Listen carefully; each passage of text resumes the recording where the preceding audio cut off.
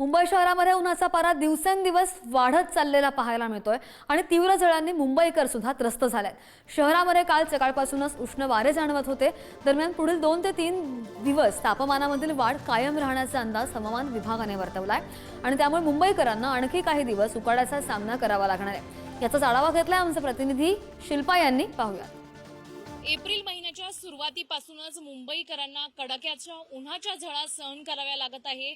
सध्या तुम्ही जर मुंबई शहरामध्ये पाहिलं तर कडाक्याचं ऊन आपल्याला पडलेलं पाहायला मिळतंय। दिवसेंदिवस ह्या उन्हाचा कडाका वाढलेला पाहायला मिळतोय आणि त्यामुळे मुंबई शहरामध्ये उकाडा देखील निर्माण झालेला आहे। येत्या काही दिवसांमध्ये देखील मुंबईकरांना उष्णतेसह वाढत्या आर्द्रतेचा तडाखा सहन करावा लागणार असल्याची शक्यता निर्माण झालेली आहे। कारण सध्या जर आपण पाहिलं तर मुंबई शहरामध्ये जे तापमान आहे ते 34 ते 36 अंश सेल्सिअस दरम्यान आहे। कोणाच्या हातामध्ये छत्री आहे तर अनेकांनी डोक्यावर रुमाल टाकलेला आहे। अनेक महिला आहेत त्यांनी डोक्यावर ओढणी देखील घेतलेली पाहायला मिळते।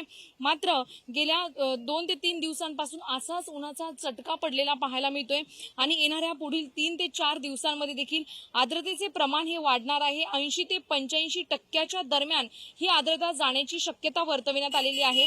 त्यामुळे उकाड्याची तीव्रता अधिक जाणवेल मुंबईकरांना आणि विशेष म्हणजे सकाळी आणि संध्याकाळी अधिक मुंबईकरांना घाम येण्याची शक्यता देखील आहे।